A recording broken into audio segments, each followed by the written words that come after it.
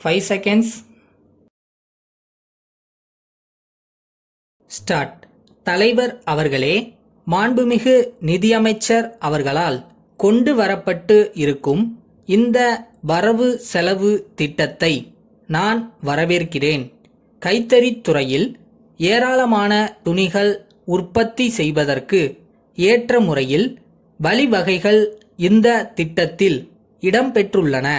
இந்த நாட்டில் விவசாயத்திற்கு அடுத்தபடியாக இந்த தொழில் இருக்கிறது. பண்டிகை காலங்களிலேதான் கைத்தறித் துணிகள் விற்கப்படுகின்றன. மற்ற காலங்களிலே விற்பனை ஆவதில்லை.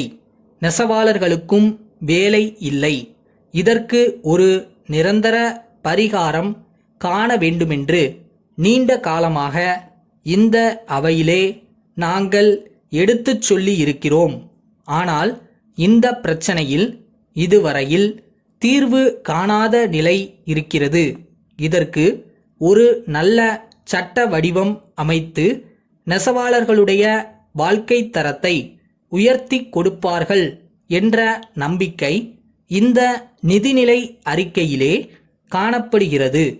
கடந்த முறை ஆளுநர் உரையின் மீது பேசுகிறபோது நூல் விலை ஏறிக்கொண்டே போகிறது என்று சொன்னேன்.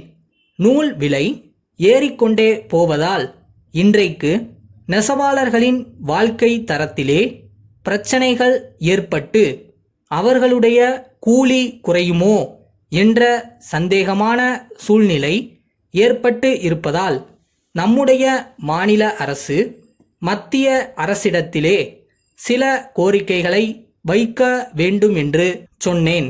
மத்திய அரசில் இருக்கிற மாண்புமிகு அமைச்சர் அவர்கள் நூல் விலையை விரைவிலே குறைப்பேன் என்று பாராளுமன்றத்திலே சொல்லியிருக்கிறார்கள். ஆனால் இன்று வரை நூலின் விலை குறையவில்லை. அதை குறைக்க வேண்டுமென்று மத்திய அரசை கேட்டுக்கொள்ளுகிறேன். அடுத்து, ஏழை எளிய மக்களுக்கு பல நல்ல வேலைவாய்ப்பு திட்டங்களை இங்கே வகுத்து கொடுத்திருக்கிறார்கள். காடு வளர்க்கும் திட்டத்தின் கீழ் பல கோடிக்கணக்கான ரூபாய் செலவழிக்கப்படுகிறது. ஆனால் காடுகள் வளரவில்லை. காடுகளில் நிறைய சின்ன சின்ன செடிகள் வளர்ந்து இருப்பதை பார்க்கிறோம்.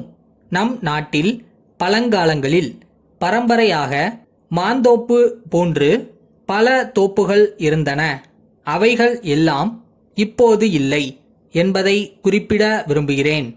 கனி தரும் தோப்புகள் நிறைய முன்பு இருக்கும். சாலைகளின் ஓரங்களில் எல்லாம் பழம் தரும் மரங்கள் இருக்கும். இப்போது அந்த மரங்கள் இல்லை.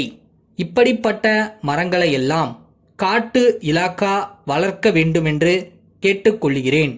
கனி தரும் மரங்கள் இருந்தால் பறவைகள் கூட பழங்களை தின்ன நிறைய வரும். ஆகவே மரங்களை வளர்த்தால் மக்களுக்கு பயன்படும், பறவைகளுக்கும் பயன்படும் என்பதை தெரிவித்து கொண்டு காடு வளர்க்கும் திட்டத்திலே இதையும் சேர்த்து கொள்ள வேண்டுமென்று கேட்டுக்கொள்ளுகிறேன். கிராமங்களிலே சங்கங்களை ஆரம்பித்து வாதாட முடியாமல் குடி தண்ணீரின்றி வாடுகிற மக்கள் இருக்கிறார்கள். காலையில் எழுந்தவுடனே கூலி வேலையை தேடி போகிறார்கள். ஆனால் அந்த கூலி வேலையும் கிடைப்பதில்லை. அவர்களுடைய வறுமையை போக்கிட மத்திய அரசு திட்டத்தின் கீழ் கோதுமையை கொடுப்பது என்றும் ஒரு நாளைக்கு 3 ரூபாய் கூலி கொடுப்பது என்றும் ஒரு திட்டத்தை நமது அரசு கொண்டு வந்திருக்கிறது. இது பாராட்டுக்கு உரியது. ஆமதாபாத் கோபால் கூட்டமைப்பு சென்னை ராமசாமி கூட்டமைப்பிற்கு எழுதும் கடிதம். அன்புடையீர், எங்களுடைய தயாரிப்பான கமலா சோப்புத்தூள் அடங்கிய ஒரு மாதிரி டின்னை இன்று நாங்கள் உங்களுக்கு அனுப்பியிருக்கிறோம். இதை இப்பொழுதுதான் சந்தையில் புகுத்தியுள்ளோம்.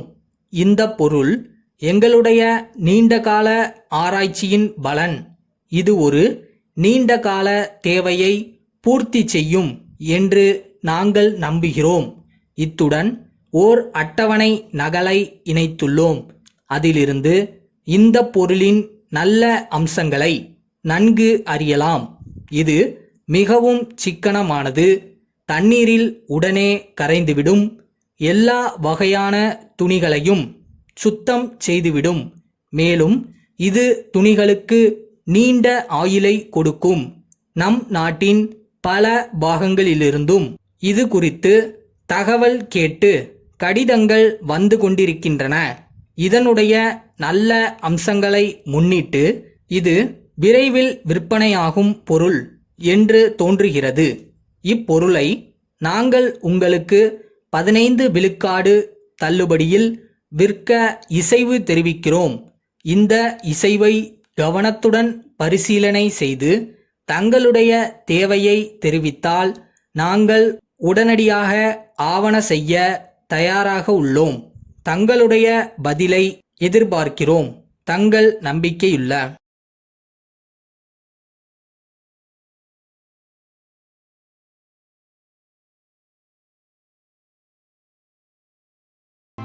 இதுதான முடிவு பண்ணிட்டா நீ எந்த பாதையில் போகணுன்றத அந்த முடிவு தான் தீர்மானிக்கும். ஸோ டிசிஷன் எடுக்க கற்றுக்கங்க.